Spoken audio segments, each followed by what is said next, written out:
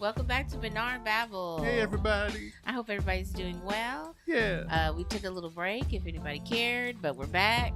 They all cared, baby. What are you talking about? Why you gotta leave with that? They all cared. They all stopped functioning until this podcast came back out. I'm Erica. And I'm Justin. We're going to talk about a movie that we recently saw that was called pretty Evil great. Dead Rise. Yeah, we did. Let's get into it. No, it's called Renfield. Let's get into it. No, it's called... What else have we seen since the last podcast? Super Mario Brothers. No, it's called Super Mario Brothers. Yeah. No, it's called Guardians of the Galaxy Volume 3. Yeah. Probably the best out of all those. It is the What best. do you mean probably? It is the best. It out is of the best. Oh my literally all of God. those. Like Mario was meh. Renfield was bad. Granted, I was asleep through 90% of it. And Evil Dead was disappointing for me, kind of. Like, I liked the 2013 one way more. So, that's our quick reviews of those three movies. Meh, bad, and disappointing. What about Mario? Mario was meh. Oh, that was the man one? Y'all, she wasn't listening. Yeah, it was pretty meh. Yeah, it was. It was beautiful, but Yeah, as far as like to look at. Yeah, but we're not here for those crappy movies. We're here for this good one. It's not crappy. Yeah, Guardians of the Galaxy 3 it's really good. I mean, we're gonna get into it, and it's gonna be spoilery. Yes, so y'all. Look, if you haven't seen it, this will be a full discussion of the it. movie. We're gonna talk about the good, the bad, the ugly ass face at the end. We're gonna talk about all of it. Oh God, I hope you weren't here already, and I hope you left. I hope when we said spoilers, you left. That means, oh my God, that literally means nothing. Yes, it does.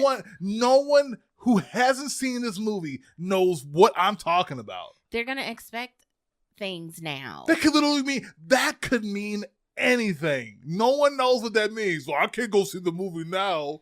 I know there's a not good looking face at the sorry, end. y'all. He loves spoiling things. He's a spoiler. Now you Since know the this. day I've met you, you spoiled things. In this weird space movie where there's plenty of ugly creatures, you're gonna say that me seeing his ugly face at the end is a spoiler?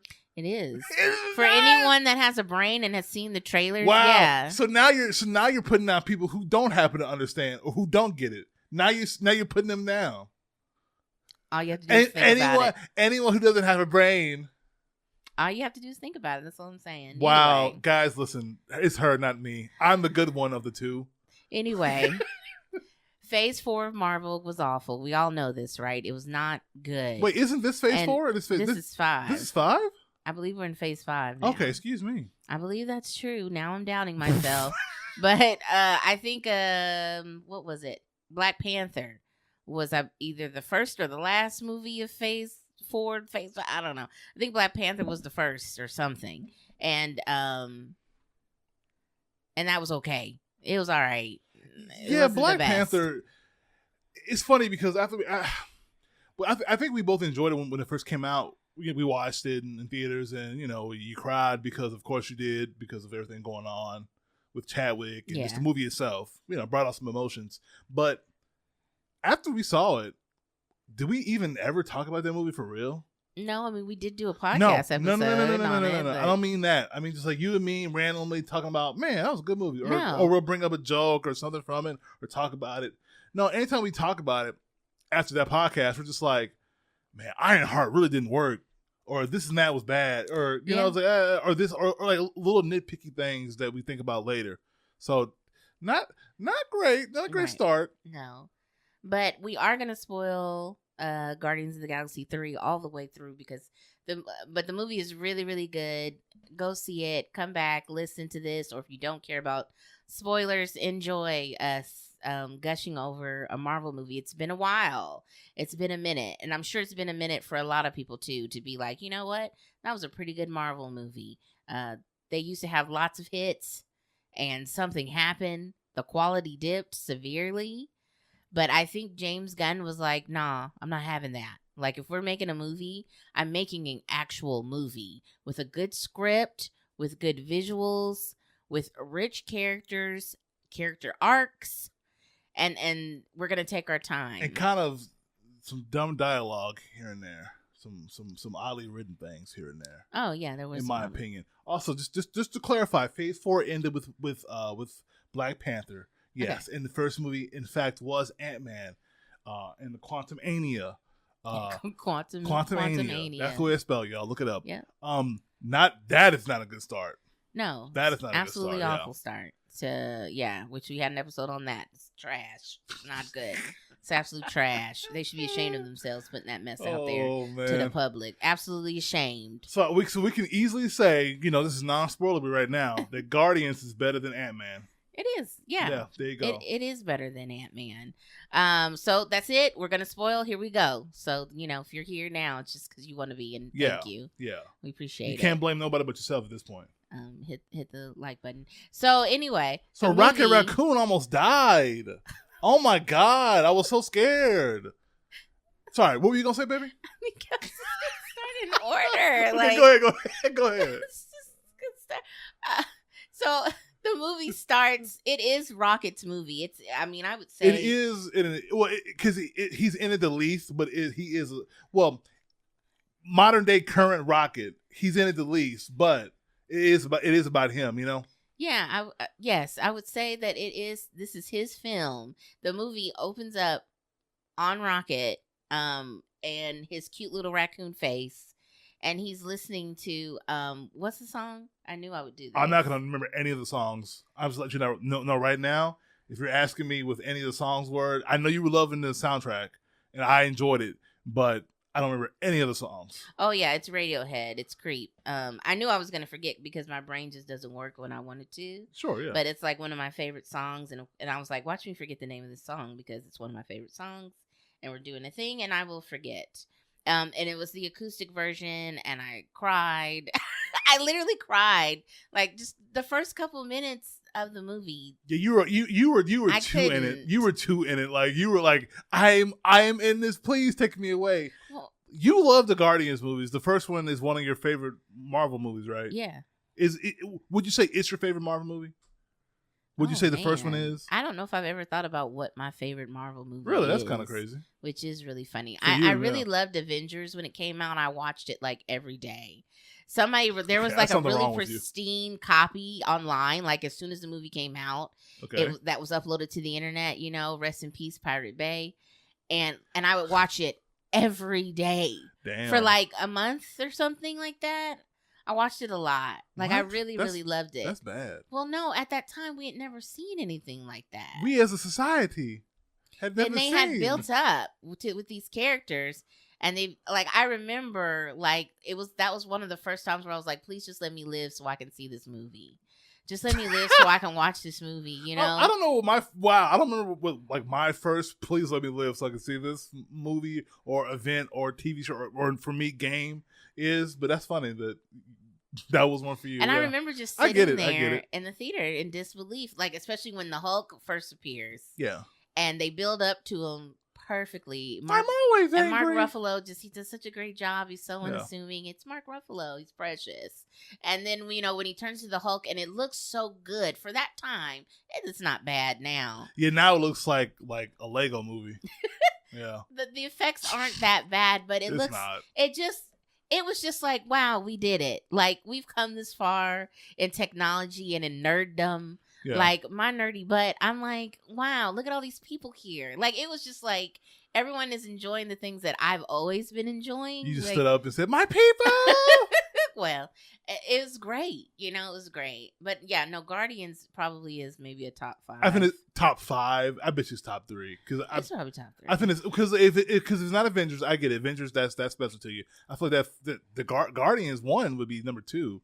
Maybe what? Maybe Captain America: Civil War for you? No, that mean that's Civil War. Winter Soldier. Winter Soldier is up there. Really good. Yeah, but for some reason I feel like you don't talk about that one as much. I don't, but we're getting off of Guardians. I know, but I just want a baseline of why, or of your movies, baby. Like you hold the Guardians movie in high esteem. Yes, I do. I do love the Guardians as a whole. Guardians Volume 2, kind of booty a little bit. Yeah, not my favorite. No, I've seen it one time, which is not a good sign. No, but you are a one-time movie watcher. That's not true. I watch movies all the time. I am a multiple times repeat watcher of movies that I enjoy. So. I've seen John Wick Volume 4. I've seen John Wick Chapter 4 2.5 times. Oh wow, yeah, good for you. So a half time? Yeah, I found a kind of a crappy copy and watched a little bit of it. My God. And then I was like, this is bad, and I'm not getting the full experience, so I'm gonna stop watching it and wait till it comes out on official release. Well, okay. Well, the movie starts out with the song "Creep." We all know James Gunn loves to use those licensed songs in his movies, and they're usually really perfect and spot on. In this movie particular, though, this is my favorite Guardians soundtrack. Every song just hits. Every song, I have like a personal memory, something special. So when Creep came on, that was one of my like, I sit alone and I cry to this song. And I think most people who love that song have done that. Like, sure. If you are a really big fan of that song, sure. It's because you feel like you're a weirdo. Sure. I said sure that I thought about it. I was like, well, I love that song. I don't ever. No, you never felt it though. Which the lyrics are, he's talking about, I believe it's a girl, I don't know, but someone that he thinks is just beautiful and perfect and like. And they think that he's and a creep? I'm a creep. Oh. No, they don't think. No, it's about what you think about yourself. Very, very sad. Very I'm a weirdo. What am I doing here? And I have had those feelings in groups. On 101 with guys that I've liked and things like that. Like, wow, you're perfect and you'll never like me and blah, blah, blah. Because I'm a creep and I'm a loser. Because I'm weird. Yes, and whatever. I get the song. And, which is great to be weird. It's wonderful to be weird, which is why the Guardians movies. There's a line. Resonate so well with people.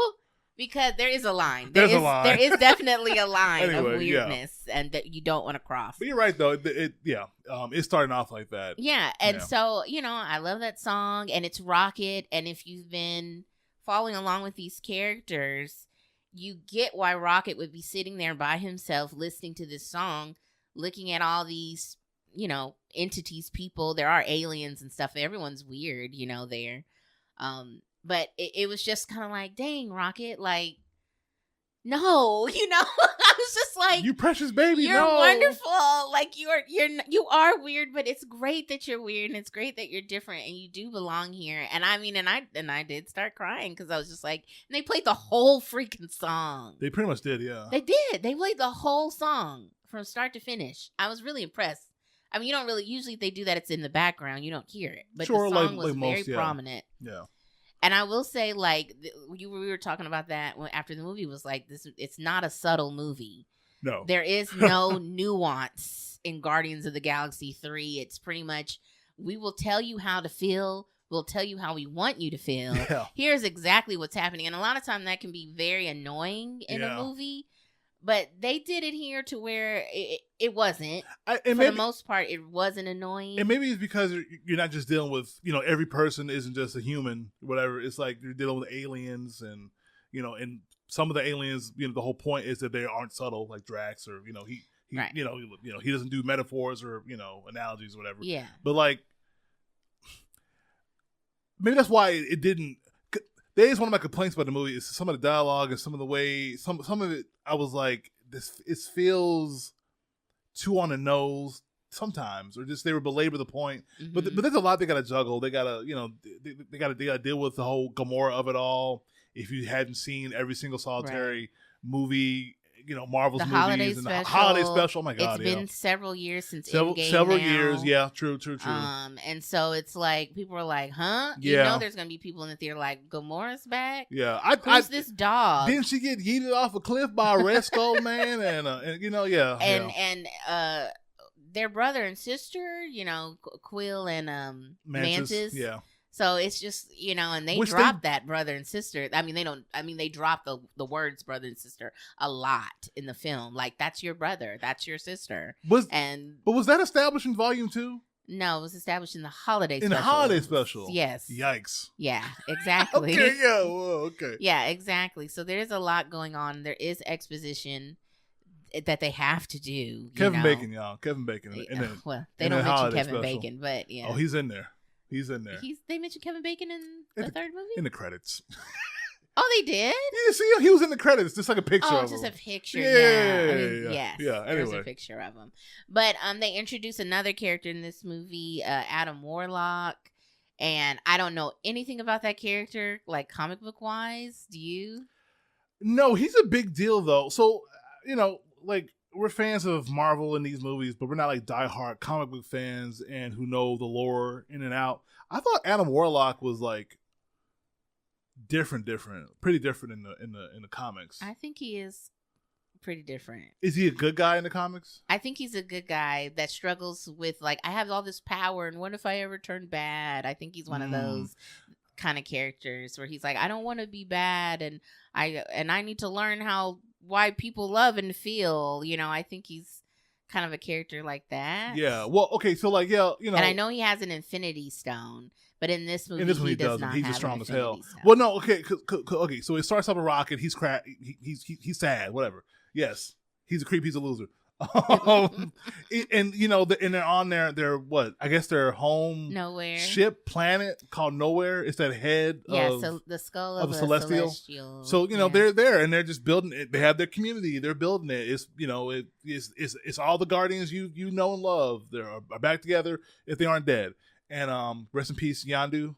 I guess was Yondu ever technically a real Guardian, or was he a Ravager? No, he was still a Ravager, but he was just helping them. There you go. Okay, but you know, like, hey, they're building their community. They're living their life, and then Will Poulter, Adam Warlock, comes in hot and heavy, and is whooping they ass. Yeah, I was surprised. Yeah, I was like, oh, we killing everybody in the first 10 minutes. Let's go. Because the first thing he does is tackle Rocket. I'm just like, oh, I know his little freaking raccoon body. I was like, oh no, Rocket, no. Like through a building. And I'm like, he's not Drax. He's you know, he is a raccoon. He's just really smart. Yeah, he's smart. He's a freaking smart raccoon. And like he comes in there and just boom. I'm just like, oh, he's already dead. This movie ain't playing. No, but you know, he's not. But like each Guardian has a moment of fighting them. You know, it was pretty cool. Like just a little moment. And like Mantis gets her arm just snapped quickly. Oh yeah. Like, I was like, oh, okay, here we go. Yeah, and that's a good point. What I will say, this movie, the stakes seemed they were very personal stakes. Yeah. Very high personal stakes. And there also was like a lot of violence. This movie is pretty violent. It's like I mean, I feel like they really, really stretched that PG-13 rating in this film, which I absolutely appreciate. Like thank you. You know, like, and I feel like that's part of you know, the superhero fatigue. I don't think that's real. I think it's quality. Yeah. And you have fans like, how old is MCU now? 13, 14, something. More than that, 15 years old. I don't know. People that were little kids when Iron Man came out that are not little kids. They're either teens or adults. Me, I was in my 20s. I'm not anymore, I won't say. Spoilers. But it's like, do the math, you want mature tales. You want your characters to grow up and do things and be put in situations that are more mature, more high stakes, you know, and that's how you keep your audience entertained. Yes, make things for children still. But I think when it makes sense, like we've been following these characters for a long time. Yeah. Let them get hurt. You know, let these people get hurt. Somebody needs to die. Yeah. You know, which is kind of what Quantum Mania. Somebody needed to die in that movie. The fact that Michael Douglas made it out of that movie is a travesty. It's crazy. It's absolutely crazy. You telling me you couldn't have raised the stakes and have just something happen to that old man? Right. Listen. Michael Douglas is probably going to be gone from this world before the next anime movie comes out. I mean, that's not funny. But you laughed. Y'all could have got rid of that man, and it would have made sense. I don't think he wants to do them anymore. Too. Really? From kind of like interviews and things, he was just kind of like, I think he was kind of like, I hope I die. You know, like, oh wow, well, like I hope he did not get his wish. You know, so, in this film. So like this movie definitely has stakes, or at least in the beginning. Okay, so like we saw it a day ago, a couple days ago at this point. Adam blasts him in the chest, right? That's how he gets hurt initially? I think so. I'm trying to remember how he got hurt initially. Rocket. Like how Rocket got hurt initially, right? It was maybe a mortal wound. It hurt him. And I don't remember this being established in any of the movies, but nope. There's some med pack sleeve thing you put on an injury. And it just heals you. It heals you instantly. Like Mantis's arm, which was snapped. Broken. I mean, straight up broken. She puts the med pack on and it easily just puts her arm back in place. It heals it, yeah. So, go ahead. Well, they try to put a med pack on Rocket, but because he has like fail safes and his programming in his body from when he was made, quote unquote. When he was a baby raccoon, yeah. It I guess shocks him. I mean, it is whatever. It made it worse, basically. Yeah. It made it worse. And so now they have to go on a mission to get rid of this thing that's in his chest or, in his heart. I forget from the company, what Corporal, whatever it's called. Something, yeah. And to save their friend. So the stakes are immediate, like, right. Okay, rescue mission. It is very much so like, oh my gosh, we have to help our friend. We need to help Rocket. And we were talking about how emotionally manipulative the movie is. It most definitely is. Like, I mean, they're not hiding that that's what they're trying to do, because how we can still see Rocket throughout the movie are these flashbacks, because he's out for the count for most of the movie. The majority of the movie, yeah. He is not doing well. Wheezing is just not little raccoon face. It's just not good. He's struggling. It's just sad. But while he's out, we have these flashbacks to his past when he was like I don't know what you call a baby raccoon. But is there a word for a baby raccoon? I feel like there probably is a word, like a pup or something, like a kit or a little. Oh, okay, a mare, if you will. A mare. Yeah. Oh my God. Okay. I get you. Something like that, So they flash back to him and his like horrible past of becoming kind of what he is today, and I couldn't take it. Like I can't. Like, it's just so cute. He was so freaking cute and sweet. And then, like, his little also friends that were weirdos. Listen, y'all. In the cages. His friends are in this movie. They were very sweet. But there was one that I was like, I can't rock with you. I can't rock with. I don't know what that thing was. The bunny with the It was like a bunny with, arms. like, spider I can't. robot legs. And the voice, metal on the his metal face. mask. I just was like, I can't get with this. Yo, that was a lot. I was like, okay. Every time they showed him. I think it was a girl. They showed her. I was just like, please, I get it. I've grown accustomed to the rest of you freaks. Not you. Not you. You need to leave. Yeah, please go somewhere. You need to leave. And like, it was too much because I love animals and. And sweet little things. It looks like animals too. Like my cat. I'm not a monster. But first words being heard, it just broke me. Like, oh my God! Like even you just doing that now, I'm like, my God, no! Like, yeah, his little his voice when he starts talking. It's so sweet, and precious. So I guess it's time to bring up the villain. Yo. This man was villainous. This was great. This is who Jonathan Majors should have been. What is in his name? Ant-Man Quantumania High Evolutionary. Wait, it's the name of the character. You said this is who Ant-Man should have been? This is who Kang. I said Jonathan Majors. Oh, you did? Should have been in Ant-Man Quantumania. You may want to say Kang though, so this holds up better later in time. Because Jonathan Majors is not going to be Kang for much longer. He's probably not. And I'm fine with that. I'm okay with it. Allegedly. I'm ready. Allegedly. I want my Kevin Hart. I want Kevin Hart as Kang. The end. I don't know that's much better. I want Terrence Howard or Kevin Hart as Kang. Are you kidding me? Next time, baby. Next time, baby. Can you imagine if Terrence Howard? It would be hilarious. became Kang. It would be hilarious. That would be the greatest thing in history. It would be the greatest thing ever. I would love it. Yeah, one of my variants used to be War Machine. And he could be menacing. That man played the evil black man in every black movie for the past 50 years or something. Okay, calm down. he was the light-skinned evil brother for a minute, yeah. He's always beating on somebody, pushing somebody down some steps. He was good at it. I think he was real good at it. He would be good at it. I don't think they're gonna get him back though. No, they're not going to get him back. I don't think he wants to come back, and I don't think they will want to ask him back. He's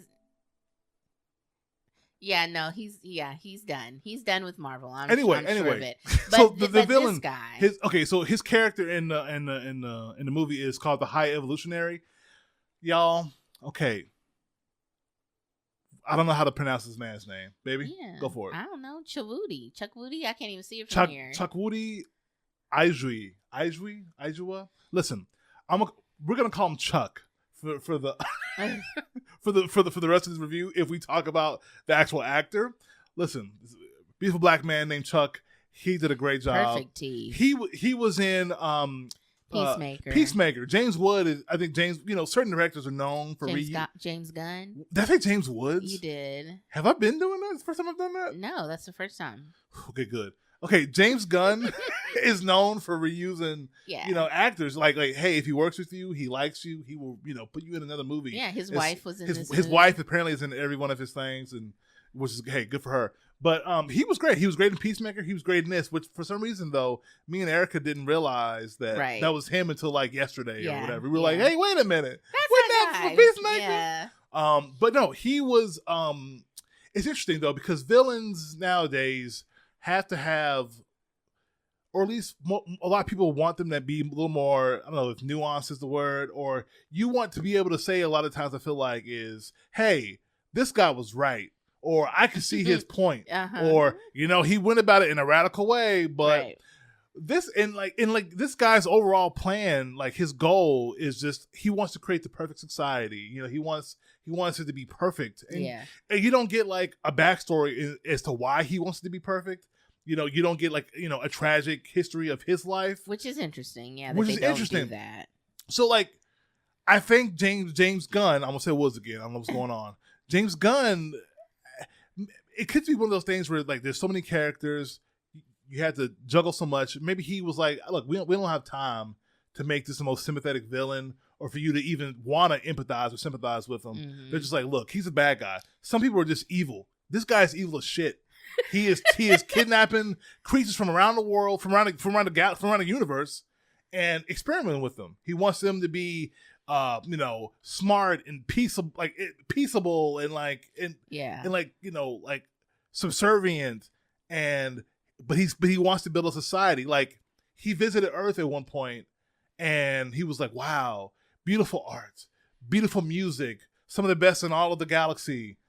But the people, which I'm like, okay. And so he's a genius. He's smart. So he wants to create his version of that. But he goes about it in a very monstrous way. Yeah. And I enjoyed him. I did enjoy him. There's probably aspects of him that could have been tweaked a little bit. But overall, I enjoyed Chuck, the actor's performance. He was like manic and like calm, and he was all over the place. Sure about him, like from the trailers. There was enough. When he walked out during like Comic-Con or whatever that first time, they kind of revealed what he was going to look like. I was like, I don't know if I like this design, and I don't know if I like the way his face looked and stuff.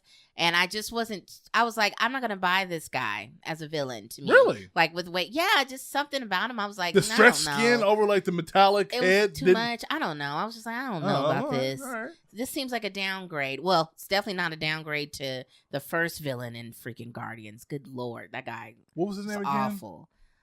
Ronan. Oh, good job. God. See, okay, that's a great example, because that's an example of a villain who is just so generic. His mission. I mean, like I think you realize he's working for Thanos early on in that movie. Oh yeah. Mm-hmm. Like, it's kind of the point. Yes. But he is so whatever. I'm a strong guy. Yeah. Who has to do this? I'm just doing this. Yeah.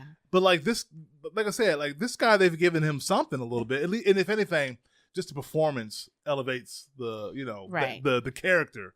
And the fact that he had all his scenes are pretty much with Baby Rocket and stuff like that, and there's these moments of him talking to Rocket and kind of showing him about the world and trying to teach him how to properly speak and things like that. And you see that he didn't get to complete that, and that's why Rocket kind of talks the way that he does. Mm-hmm. Like, he talks funny in a way. I love the way Rocket talks. Anyway, but how he could be like sweet and everything, and then just turn it on a dime of like, I don't need you. You are just this thing to get to the next step. Yeah, he was talking. It was just perfect. Like, I hated him. He would talk to him. I hate this guy. He was talking to him all sweet, like it's when when he was still small, but he was talking, and like he would just put his hand on like his skull, like squeeze his face, but like not hard enough to where he's actively like trying to hurt him or kill him, but it was uncomfortable, and he just like looking like, and then like he would let go, and Rocket be like, They did a good job. They did a good job with all the flashback scenes. If they wanted to make you feel, then dear God, they make you feel, because it's like, you knew Rocket was a tragic character, but now that you actually see what he went through, it's like, oh my God. Well, like, I feel so bad for him, for this character. Yeah, I mean, I was telling you, it makes me want to go back and watch the movies again, like to watch the Guardians movies again. And when you see Rocket, you be like, baby Rocket, I know your story now. I know where you came from. I know that your struggle, it was hard. Yeah. If anything, that honestly, like in most of these movies, don't make me want to go back and watch any of the movies. So that's a pretty good, plus for James Gunn is like, hey, your latest movie made me want to go back and watch your first movie in this series. You're right, definitely. But I may be jumping the gun here, but like I think one of my few major critiques or whatever, I don't know, it was a flashback. So like we said, it would always flashback to Guardians. Excuse me. It was flashback to Rocket and this facility and whatever, right, with the villain and his friends. But the transition to the flashbacks wasn't always the greatest. I don't know. It was weird because sometimes it would Peter and Drax or the other characters would be talking about Rocket. They're all they all love him. They're all close. They're like, hey, we gotta do this. We gotta save him. We gotta save him. And then it would show Rocket and it would flash back to a flashback. And sometimes and every time it did it, it was like a literal flash. Maybe sometimes that's all it was just like the editing of it because it would be like a whoop. Transition, whoop, I think maybe if it was like smoother, in like the edit or like like Peter could be looking at something and then look at Rocket and he looks back over and instead of seeing what he was looking at, it's like, oh, we're in a flashback for Rocket, right? Just something small, but James Gunn wanted to be like, no, shoot white light in their face. And then we're gonna be back in the past, so sometimes it was that, and other times it would be just a scene of characters in an action scene or doing something completely. I mean, look, it's all related to Rocket because that's the whole mission, but it would be something else that would be making a joke, and then whoop, flash to a flashback. Yeah, I'm just like, oh God, it was a little bit jarring. It was like it felt disconnected, but even though these stories are very connected, right. It's showing you his origin, it's giving you context for a lot of things. But for some reason, I was just like, almost every time they did it.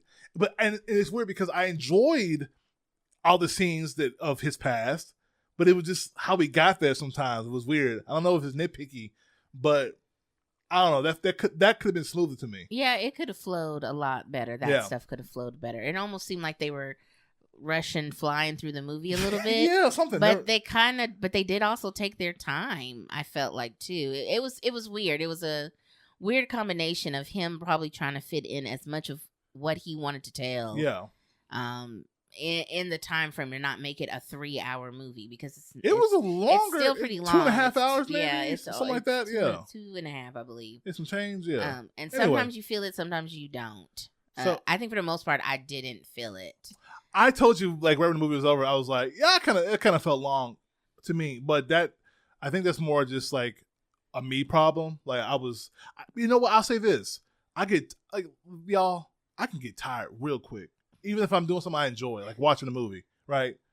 But I will say this: that movie kept me engaged the whole time. Yeah, I did feel a little, I felt the length a little bit, but it wasn't like, oh, wrap it up movie. Yeah. But I was thinking, oh, this is, and most of the time I thought it was a good thing. I was like, oh, this is longer than I thought it would be. Yeah. I was like, oh, hey, we're still going, we're still doing it. So. It's not really a negative, but I did feel the length. Yeah, a little bit. Yeah. Okay, so I said my piece about my negative about the flashbacks, and we gave a little history of the flashback and the villain, but we'll bring it back to the the present time for them. After they go on their mission, start their mission to save Rocket, they go to some of the locations. They go like the very next place they go to. I'm pretty sure is this like living facility. It was weird. I'm not gonna lie. Some of that was weird. Like, yeah, it was all made out of like flesh and matter, and that was where the facility was. Yeah, I was just confused. I didn't really. I kind of rock with it too. I didn't really question it too much, but I was like, it looked really cool. I was like, okay, so they're wearing these suits to make them blend in, or something. Remember? Well, yeah, just like a normal heist. You wear the suits people wear to work. No. Sorry. Oh, you know what I'm thinking? You're thinking they're space suits? They're space suits. Yeah. Those weren't meant to make them blend in. So they can breathe in space. Okay. Yeah. Okay. For some reason, I feel like I misunderstood it because, like, you know, they have like these the like suits underneath. They the have suits. They have these guards or these sentries, right? That were outside guarding. But I guess, and I thought the suits they were wearing were meant to like confuse them or make them think that they should be there. Not like when they actually to make them think they not when they actually get into the facility and they're wearing their like maintenance whatever uniforms. I mean the suits when they were flying there. It's a very small thing. It's a me problem. Anyway, move on. Yeah.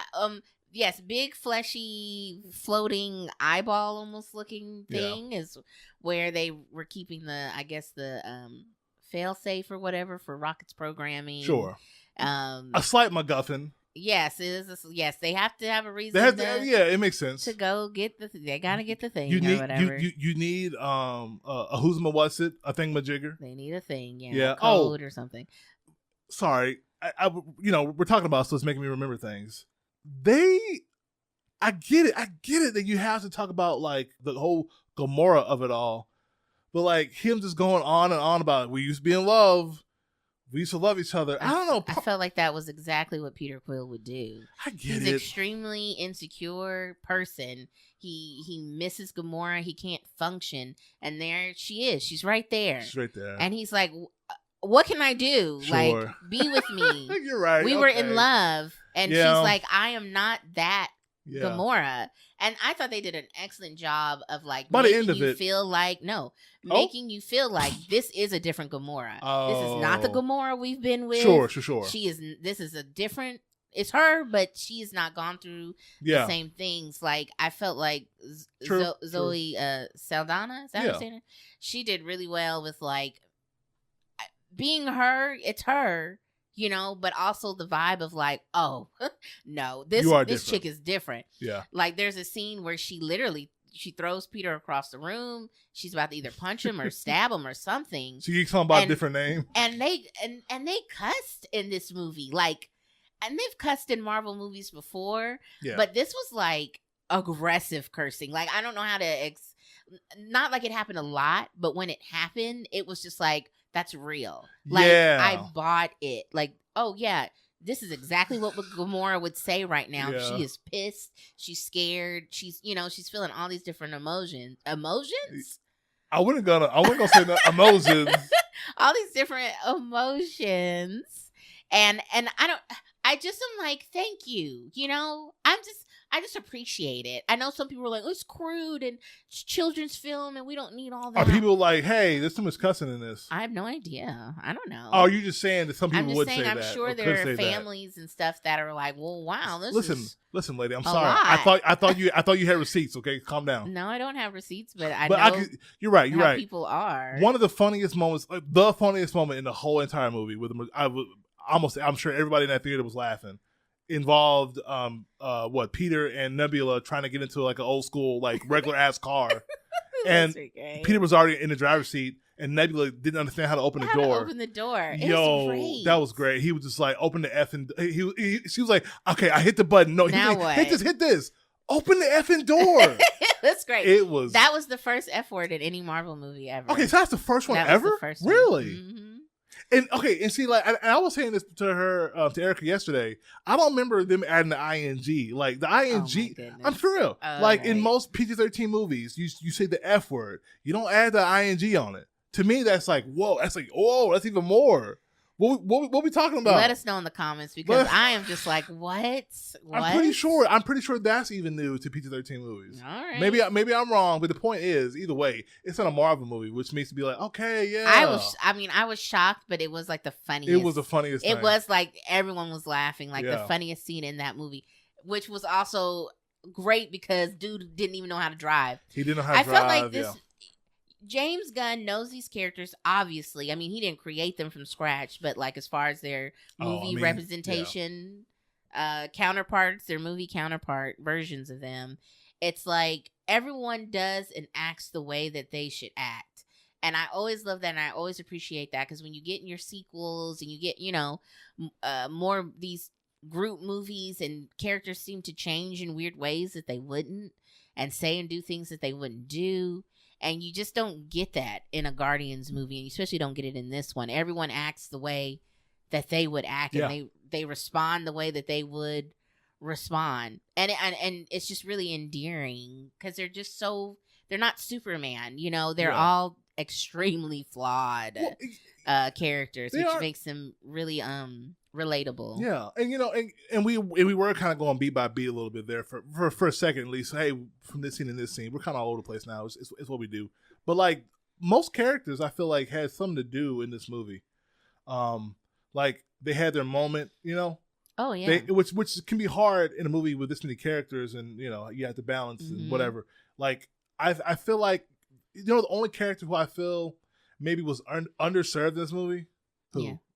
Groot. Yeah. He was, and like he did things. He was integral to helping, and like he's Groot. I feel like each time Groot is in a Marvel movie, he's stronger than he was before. Right. Like he is like, I'm like, Groot Groot is what everybody's been calling Swole Groot. Yeah. Listen, Swole Groot. He keeps evolving, I guess. And honestly, like that could be from like his character in the damn comic. Like he just gets stronger. Who knows? And that part of it isn't really critique, but he didn't have like a Groot moment in this to me. Like he saved Peter from like the ship at the end and flying down and other things, but I'm just trying to think of what he did that I was like, sweet. That was a Groot moment. Yeah. Yeah, you're right. Mm-hmm. Like he had his action scenes. Cosmo the dog had a really good moment. Cosmo early in the movie, Sean Gunn, I don't know his name in the movie, Kraglin. He called Cosmo a bad dog, and she's a psychic Russian dog or whatever. And he's like, you call me a bad. It's a cute little ongoing, running joke throughout the movie. You call me a good dog. Come on. He's like, why would I call you a good dog when you're a bad dog or whatever? It's it was really cute. Mean. Yeah. But by the end of it, she's psychic, so she was putting in work at the end of the movie when they're fighting the monstrosity creations of the high evolutionary. Yeah. And so, it's like everybody has like a little thing. Mantis I feel like Mantis is strong as hell in this movie. Her power level is like increased substantially. Yeah. Because they do kind of, in the holiday special, they kind of show that she has gotten, better? Like she fights and she's a little stronger and stuff like yes. that.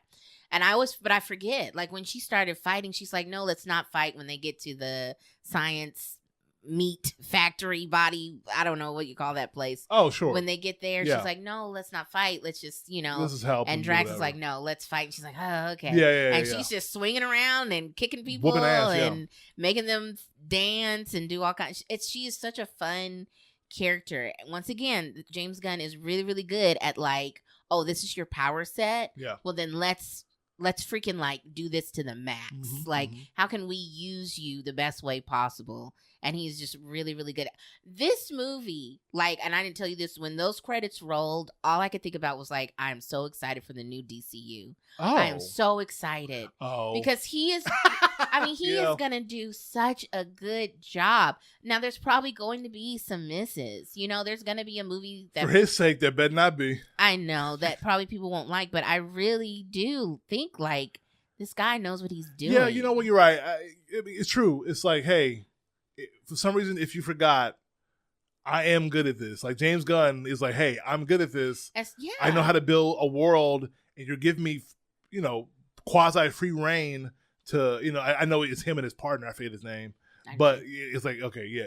Come on, y'all. It's James Gunn's show, right? But let me build this whole, cinematic universe myself.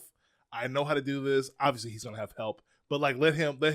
He's gonna direct the damn Superman movie, So it's like, that's his movie. That movie's gonna be his. Let him get it going. You're right. Way. I feel like I do have slightly, more confidence in whatever the hell DC is gonna do next. I'm excited because I'm also like, dang, Marvel, dang, because he can't do anything for them anymore. I don't think legally. Legally, I don't know. Yeah, I'm pretty sure he can't. And even if these characters come back, he won't be the one directing them. Oh, you know what? I kind of didn't think about that. So, someone else will take over on future Guardians things.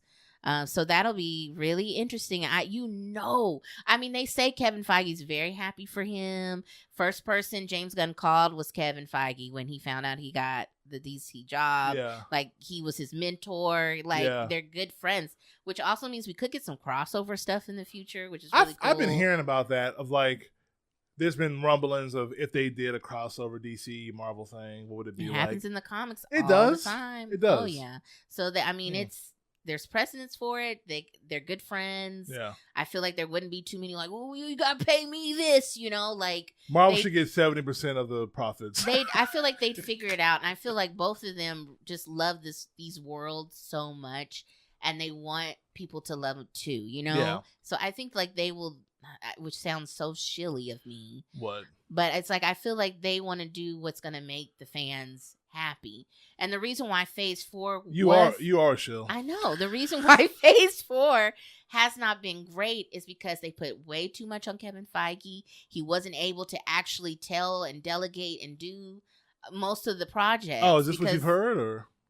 Well, yeah. Between that and the shows and... Yes. Yeah. There were literally like 40 things that came out in like a 2-year span. Way too much, yeah. Like something like 30 things, I don't know, but it's too much. Listen, it was 20, okay? Okay, it was 15 tops. It was too much. He was stretched too thin. And they had that guy in there for Disney that was not Bob Iger, Bob Chapek, who was cheap, which is why all the CGI effects looked awful. They stopped building real sets. They're just only using that volume, and you can see this in James Gunn. I would be shocked if they used the volume at all. And they probably what's the volume did. like? Break it down. What they used for the Mandalorian. That's where where it kind of quote unquote originated. I'm sure other things were using that technology. It's like green screen. It's a giant room, and there's a big, like, I don't know if it's LED. There's a big screen that wraps around kind of in an oval shape. And it looks absolutely real. Yeah, I'm like waving my arms around. It looks real. So you can put your actor in that set, throw some gravel on the ground and some fake prop rocks or something. Sure. And it looks like they're there. And it fills it in. It's like, and you don't have to do the CGI. The actors are acting better because they're like, I'm here, I'm in this world. Sure. But then you have people that don't know how to use it, like whoever worked on Quantumania. And it looks like your characters are standing in one spot the entire movie, and they're lit. Movie. They're lit in this low glow the entire time, and they can't move, and they just have to stand in their marks, and it sucks. And like, this movie looked so good. Like, the visuals looked amazing. Explosions looked amazing. Every world that they went to, nowhere is a real set, like physical, real, you can touch it. I think a lot of those places were like real sets. Like whenever there were people just walking around working on stuff, and stuff like that. Like real. And it just pays off. Like your brain just buys it better. And I know it costs more money, but just do it. Just do it. You're going to have a better movie for it. Just do it. Needless to say, the movie looked great. And it looked great. There's a lot of emotional stuff going on. There's a payoff for absolutely everybody, I would think, except for maybe Groot. Yeah, and maybe Groot's is just like, I love my friends, and wherever I am, I'll be happy as long as I'm with somebody I love, which in this case is Rocket. I guess major spoilers for the very end of the movie. Oh yeah, well, I mean, we've been in spoilers. Yeah. Is I think what happened when at the end, they're all sitting around and they're gonna go their own ways. Peter's like, I'm gonna go back to Earth. Like it's a lot of the way that they ended this movie. It was very satisfying because all the payoffs were like huge payoffs. Yeah, like they found all those children on the High Evolutionary's ship. Yeah, turns out Drax very good with kids. Yeah, but his wife and daughter were killed by Ronan. Yeah, you kind of forget that. I kind of forgot that, honestly. He never said he was a good dad or anything like that, but he obviously loved them. Yeah. But like you see him interact with these kids, and you're like, oh my god, like he's so good with them. He's so sweet with them. What did Nebula say? You're not Drax. She said the destroyer. You were never the destroyer. Yeah, you were Drax the dad. Yeah. And I'm like losing my mind over here, like absolutely losing my mind. And so now he's a daddy to all these kids, you know, which is wonderful. And then you have Rocket, who would argue with Quill about being captain. Yep. You know, and at the end of the movie, they make him captain, he's the captain, he's the leader of the Guardians. And I'm like, stop it, movie.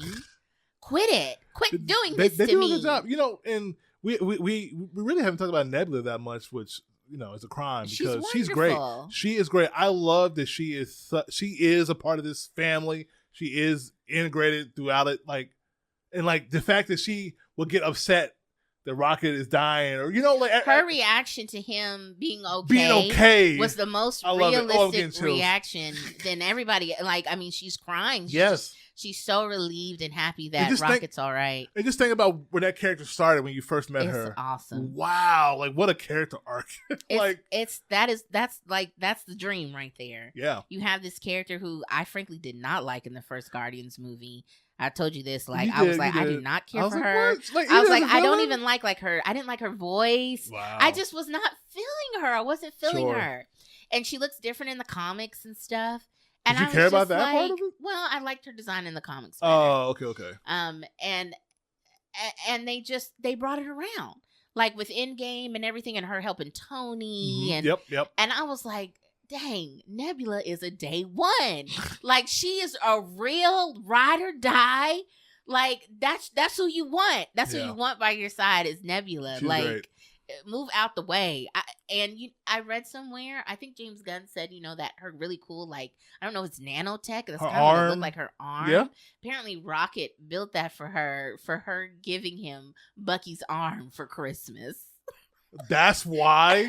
Yeah. Because she does say, you know, Rocket built me this arm or whatever. Yeah. That's why? Yeah. Oh my God. That's great. Which that is the best part of that is the best part of that holiday special to me, when he's like, Bucky's arm? Like, he opens the gift. Yeah. And it's just Bucky's freaking like Wakanda arm. Like, how did she get that? How did she get it? Wow. It's amazing. He's like, I want that arm.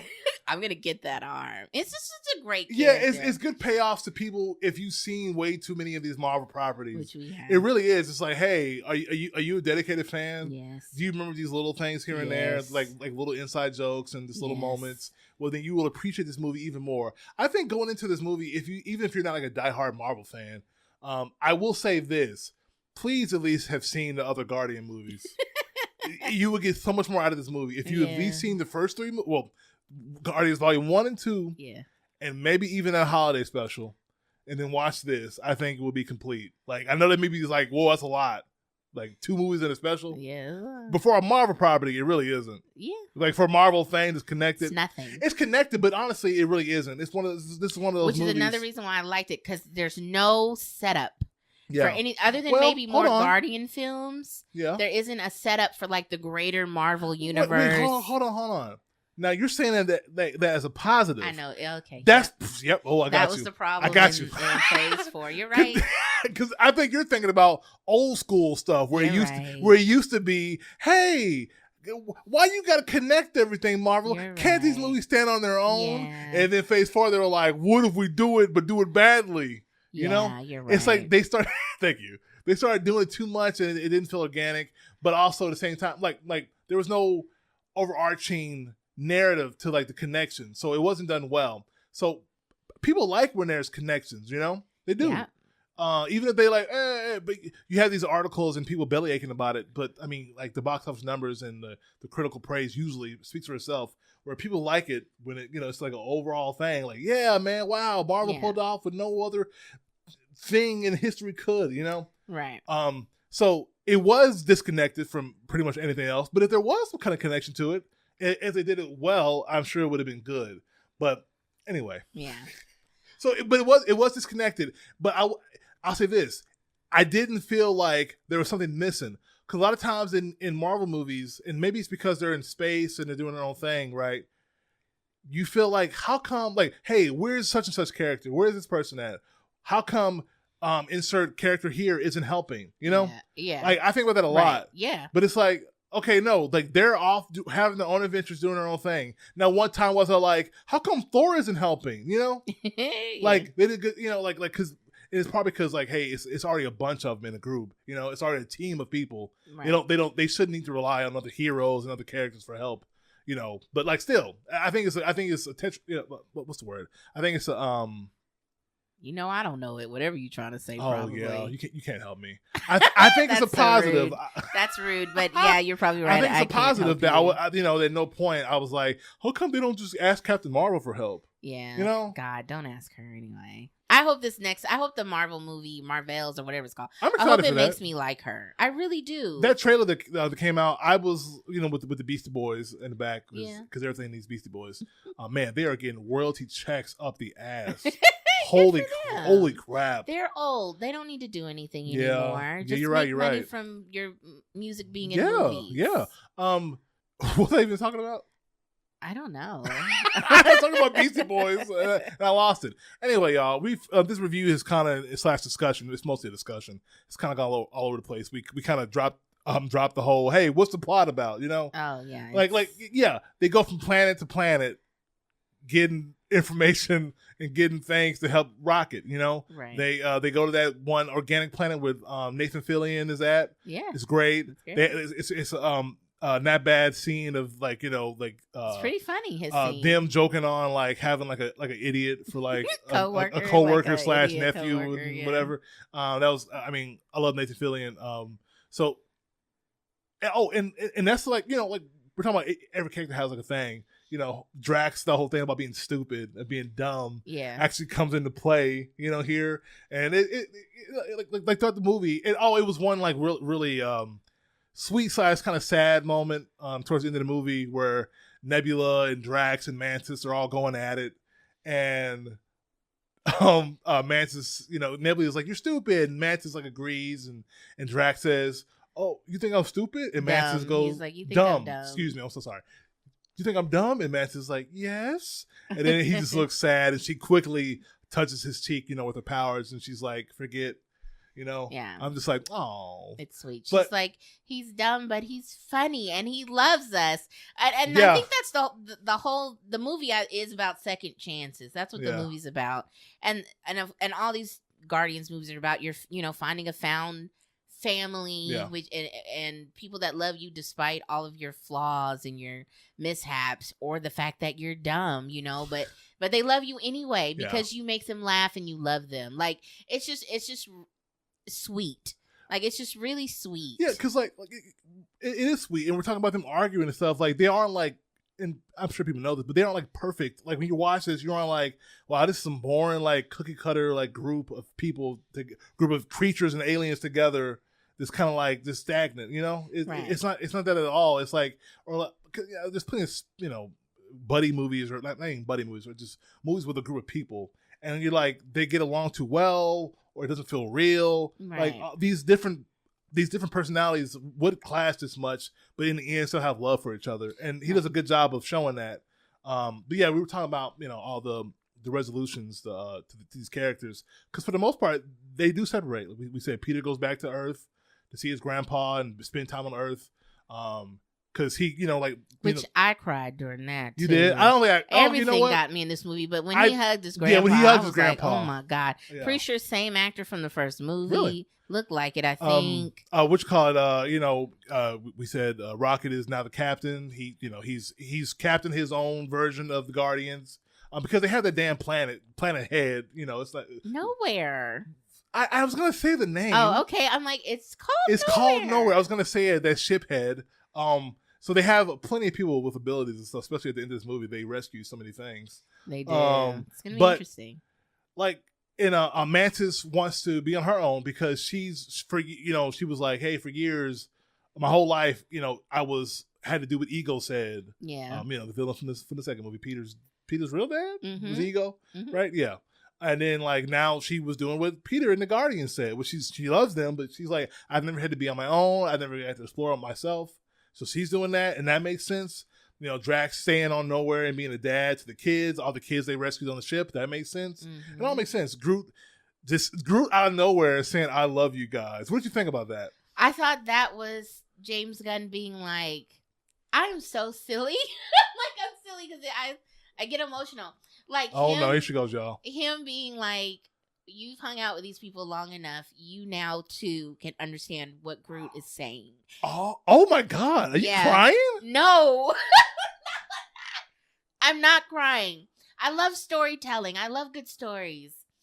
But I think that's how I read that. Is that we can understand Groot now. Because they even had a scene with Gamora where you still only heard, I am Groot. She was like, yeah, it was nice working with you too. And she's like, I understand what you're saying. Because throughout the movie, Gamora, she would be like, it was funny because no one really ever called it out. In any of these movies Groot has been in. Right. But, between the Avengers movies and then whatever, of just like, hey, you understand this guy? Are y'all just making up what he's saying? Yeah. Y'all just, you guys are just making up what he's saying, right? Yeah. You guys pretend. And then, like, at the end of the movie, Groot says something to her. And like you said, she's like, yeah, good, nice work with you too. And she's like, oh my God, I get it. And then, okay, so I didn't think about that.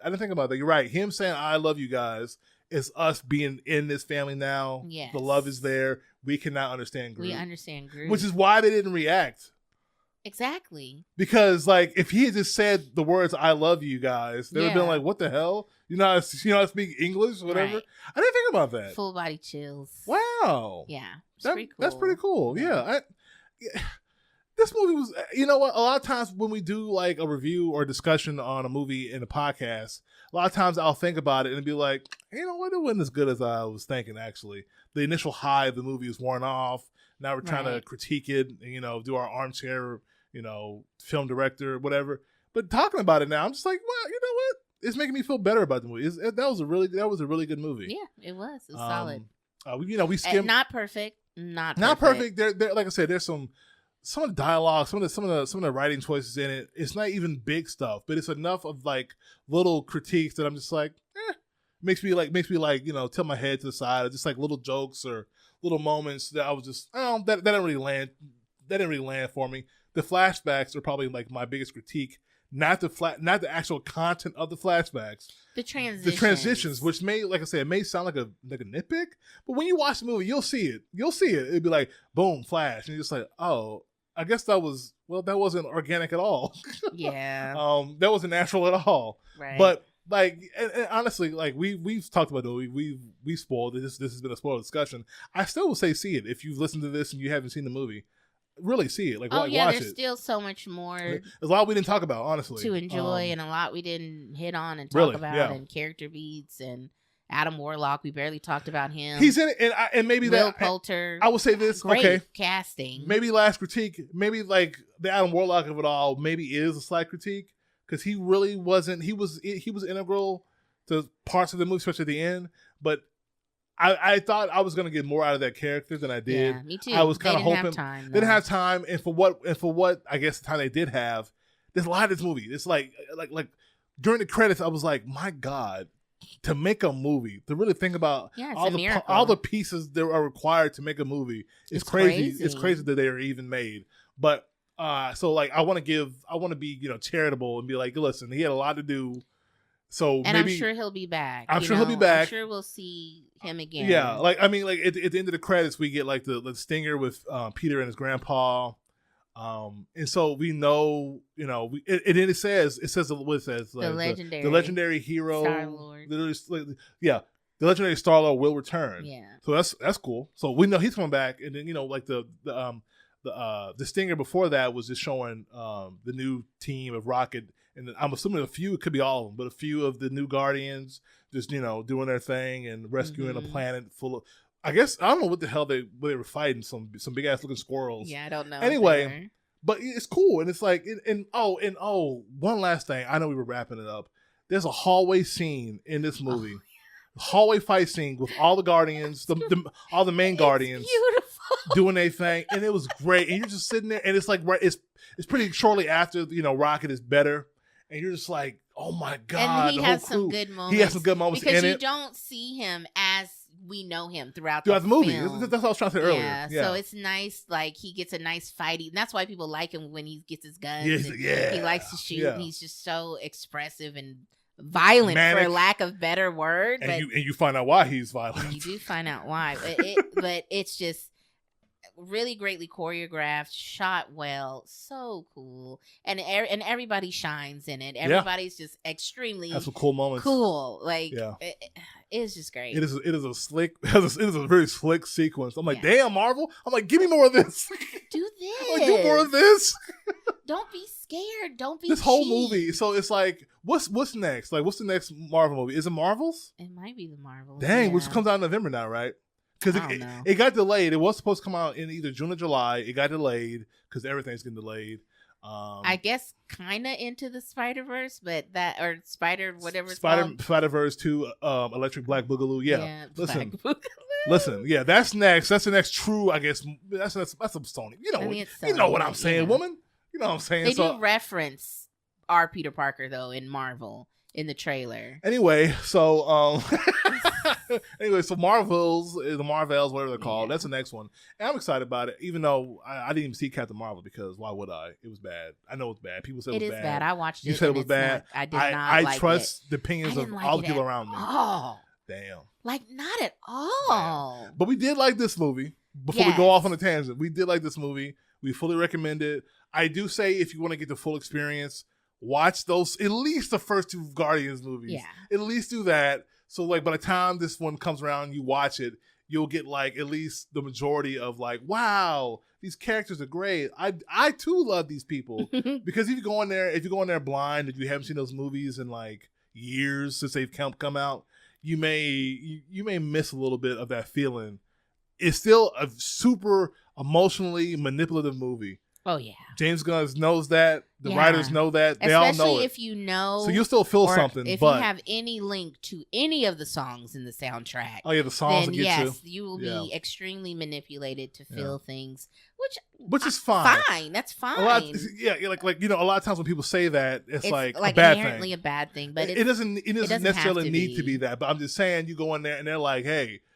You didn't think you were going to cry today, did you? We're going to make you cry. James Gunn is invited to the barbecue. He can come to the function because my dude played Reasons, Earth, Wind, and Fire. I felt like I said, we are probably the only people in this theater that I like. Reasons! Like the only people like, yeah! Like jamming to this. I'm like, no, this fool is not playing Reasons in his freaking Marvel movie. If he can do half of what he's done in the Marvel movies to like, Superman and the DC stuff. That's what I'm saying. They're good. You're right. You're right. What I'm saying. They're going to be good. Really excited for the DCU. They're going to be good. So anyway, y'all, we've rambled on for a bit about this movie. Yeah, James Gunn, come get a plate. James Gunn, listen. You're welcome to get a plate anytime. Come get you some food. Damn, you know what sounds good right now? A plate. A plate. Yep. Shit, we're gonna figure it out here in a second. Okay, y'all. Thank you guys for listening. I guess like and comment, subscribe, like, comment, do all whatever. that stuff. If you don't mind. Let us know if you're gonna watch the movie. Which did you like it? Are you gonna see it? Who's your favorite Guardians character? Rocket. Is that your favorite baby? I've always loved Rocket. Well, it's Peter and Rocket. Usually. Who's mine? I don't know. Drax. Why? Because I'm Drax? Because you're Drax. No, you're Drax. I am Drax. You're the one who don't get nothing. No, you're Drax. Yeah. My favorite character is a character at the end of this movie. If you go see the movie, I'm not going to spoil it. There's a character at the end of this movie. I hope he has a name. That makes Mantis go, ha! I hope he has a name. That makes Mantis scream at the end of the movie. You'll see that character is my favorite character. He is a good character. Yeah. Y'all, thank you for listening. Thanks for watching. We will talk to y'all again, hopefully soon, about a movie, a show, talking about our lives. Who knows? Yeah, let us know what you want us to talk about next in the comments. Oh, I guess you could do that too. Yeah. And then we'll maybe do that. It's possible. You never know. I don't know a lot of the people, baby. You never know. We'll be like, talk about this obscure thing no one's ever heard of. You never know. Then I guess we'll do it. All right, y'all. Bye, you guys. See ya. Thank you so much for listening to our podcast. If you enjoyed what you heard, check us out on Twitch at twitch.tv/Barnard Babble. That's BARNARD BABBLE.